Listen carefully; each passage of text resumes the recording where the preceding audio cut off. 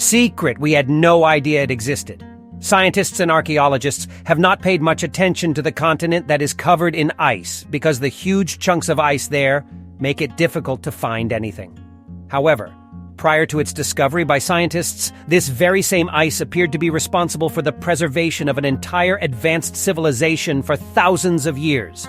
There have been a number of pyramid sightings recently, including the enormous Great Pyramid in Antarctica. Presently, what is it doing on a guide that attracted the 1500s, which we know depended on more established source maps when no one realized it existed during the 1500s? For me, the straightforward response is that we are dealing with the traces of a lost civilization. What kind of advanced civilization was found, and what did researchers discover about it? Come along with us as we investigate this sudden finding of advanced civilization in Antarctica. The chance of cutting-edge civic establishments living in our reality has forever been discussed, with the evidence of unbelievable designs found by researchers and archaeologists. These are massive structures like pyramids and temples that could have been built by giants. Monuments of this kind have always fascinated me because of how they are constructed, and the fact that they were built without power tools like those used by construction workers today. Our modern world had to include not one, but two of these pyramids as one of the 7 wonders of the world in order for you to comprehend how magnificent these structures are, thousands of years after they were constructed. Albeit most pyramids are known in Egypt and Mexico, there are more pyramids around the world. This incorporates the one of late found in Antarctica. The existence of a pyramid on an icy continent like Antarctica seems odd. Nevertheless, despite the recent discoveries, we still don't know everything there is to know about Earth's entire history. Despite the fact that Antarctica is currently regarded as an ice-covered region. Did you know that this continent was ice-free? Yes. Antarctica resembled a plain to land in that people settled in regions and lived there. The continent remained frozen for millions of years after the sudden onset of the Ice Age. People were aware of Antarctica before it froze. It even had a name on maps that were drawn in 1513. The fact that this is not the time period that Antarctic explorers have documented complicates the discovery process. Could this be how Antarctica's ancient civilization hid from the outside world? Antarctica was first mentioned in January 1820, according to the expedition's history.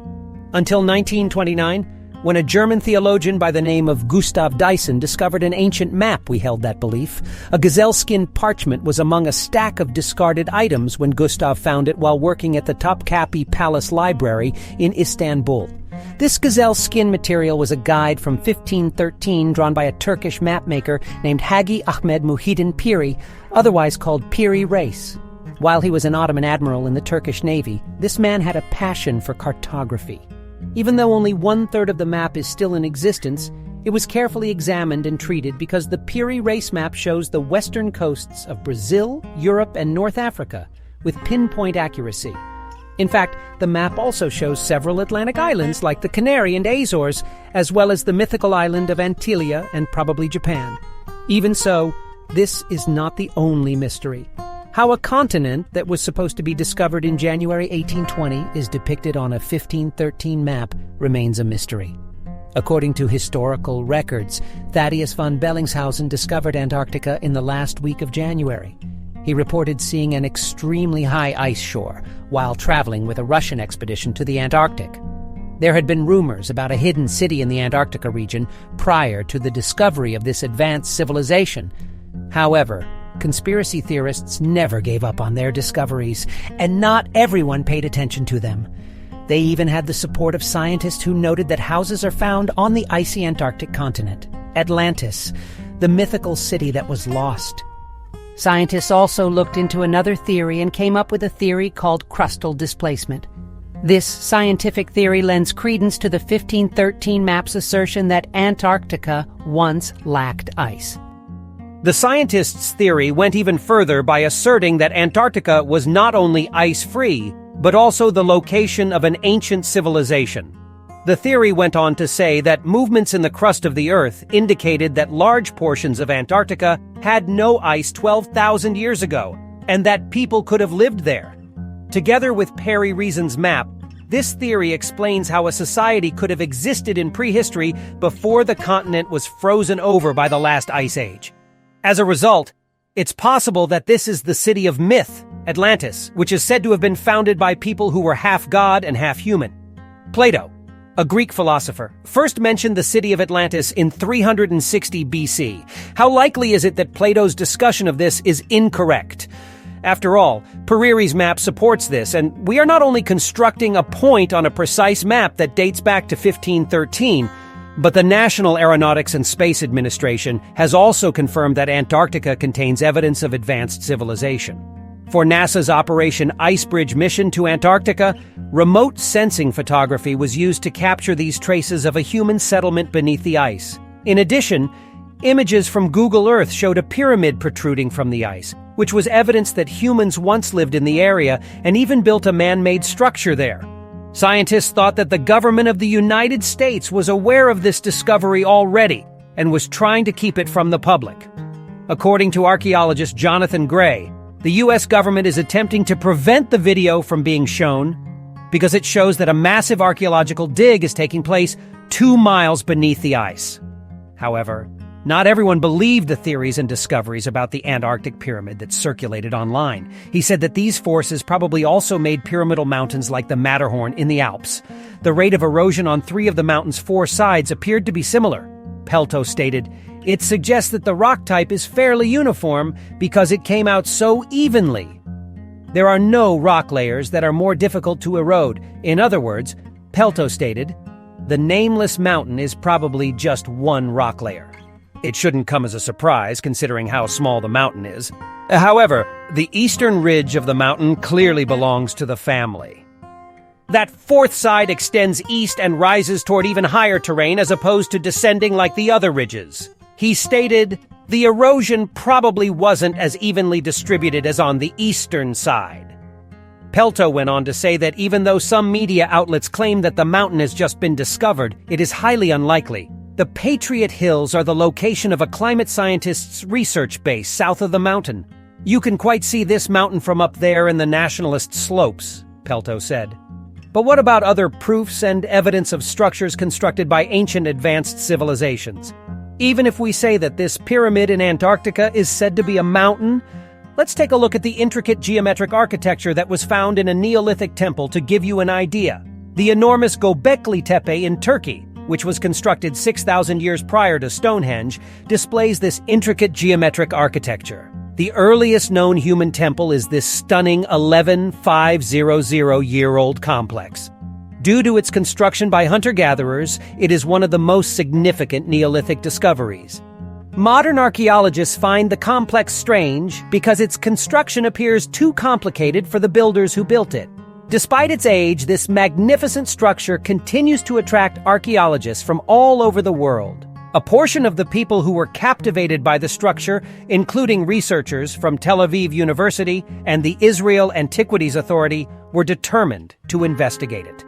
Professor Avi Gopher of Tel Aviv University's Department of Archaeology and Ancient Near Eastern Civilizations is one of these individuals studying the Gobekli Tepe. In a statement, Professor Gopher expressed his admiration for this structure's wonder. Gobekli Tepe is a marvel that Neolithic communities built between 11,500 and 11,000 years ago. It has enormous round stone structures and massive 5-meter-tall stone pillars. The site is thought to have been constructed by hunter-gatherers, given that there is no evidence of farming or animal domestication at the time. He concluded, however, that its architectural complexity is extremely unusual for them. The ancient temple has been at the center of heated archaeological debate ever since German archaeologist Dr. Klaus Schmidt established Gobekli Tepe in 1994. However, despite the fact that these early Neolithic remains have been the subject of extensive research, the question of architectural planning during these times and the cultural implications of this have not been. The majority of researchers have argued that the Gobekli Tepe enclosures at the center of the excavation were built over time. However, according to Hackley and Professor Gopher, the complex layout is characterized by spatial and symbolic hierarchies that reflect changes in the spiritual world and social structure. According to a coherent geometric person, the 3 structures were designed as a single project. We used an analytical tool and algorithm based on standard deviation mapping to identify an underlying geometric pattern that controlled the design, says Heckler. This examination achieves significant data in regards to the early advancement of compositional preparation in the Levant and on the planet.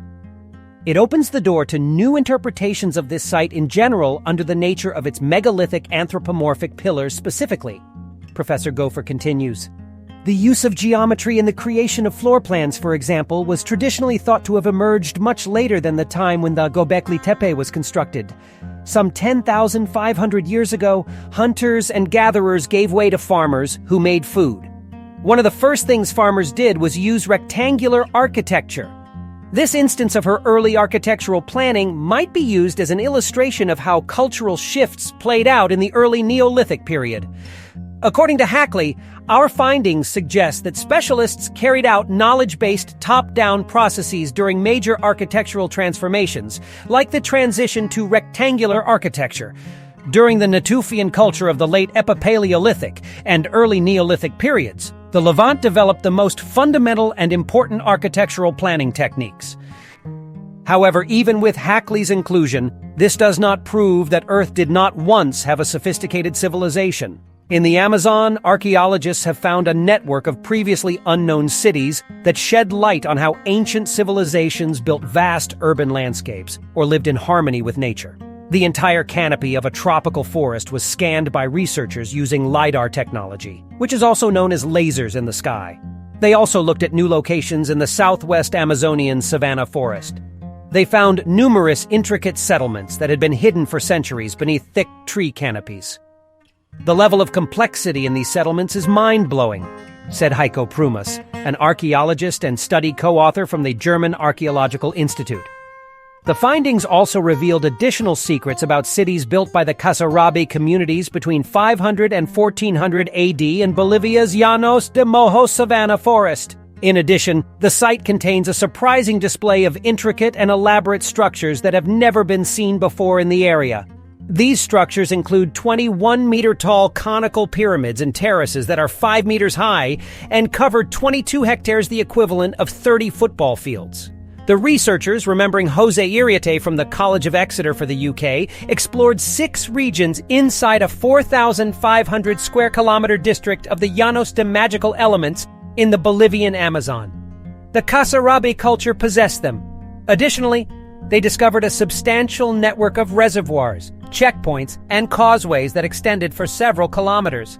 As a result, the most recent findings cast doubt on the notion that the Amazonian rainforest has always been pristine. Researchers say the locale was rather home to early urbanism made and overseen by native populaces for millennia. According to the researchers, one of the most fascinating aspects of the new discovery is that the urban settlement was built and managed in harmony with nature rather than in opposition to it. The researchers pointed out that, to our knowledge, the Kasarabi culture settlement system is a singular form of tropical agrarian low-density urbanism, the first known case for the entire tropical lowlands of South America. They claim that the indigenous people used sustainable, fruitful methods of subsistence that promoted conservationism, preserved the landscape's abundant biodiversity. The evidence for our long-held suspicion that this region of the Bolivian Amazon housed the most complex pre-Columbian societies in the entire basin is hidden beneath the canopy of the forest. Visiting face-to-face, doctor is hard, Iriot said. Built terraces, straight causeways, checkpoint-enclosed enclosures, and water reservoirs were discovered by our LiDAR system.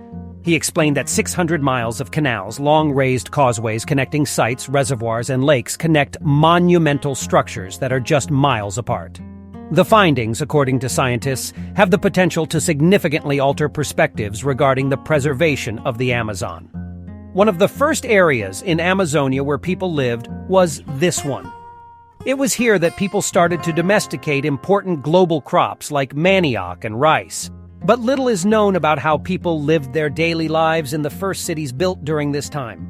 According to Dr. Iriot, the LiDAR analysis revealed that civic ceremonial U-shaped structures, platform mounds, and 21-meter-tall conical pyramids atop the core of the settlements spread over several hectares. Importantly, scientists assert that these settlements required unprecedented amounts of planning and labor to construct. Instead, it can only be compared to the ancient states in the central Andes. The discoveries hypothesized that the native populaces fastened change to Amazonian, occasionally overwhelmed savannas, practically the size of Britain, into useful aquacultural and agrarian scenes. Arguments that Western Amazonia was sparsely populated prior to the arrival of the Spanish were put to rest with our findings. Large settlement sites and the architectural layout of Kasarabe architecture suggest that the people who lived in this area created a new social and public landscape. Findings provide evidence of successful sustainable subsistence strategies and a previously undiscovered cultural ecological heritage, stated Mark Robinson, another study co-author. Specialists say the scale, monumentality, and work engaged with the development of the community-stylized engineering, water-the-board framework, and spatial degree of settlement dispersal contrast well with Andean societies and are to a scale a long way past these modern interconnected settlements of southern Amazonia. The sophisticated and complex ancient civilizations will always be a huge topic of debate in the world of archaeology, Dr. Robinson continued, because even though we explore the buildings left behind by the civilizations, we still don't seem to uncover or the truth about how they were built and who built them. However, do you believe advanced civilizations once existed on Earth? Or are these structures simply the result of ordinary human construction? Please share your thoughts with us in the following comment section.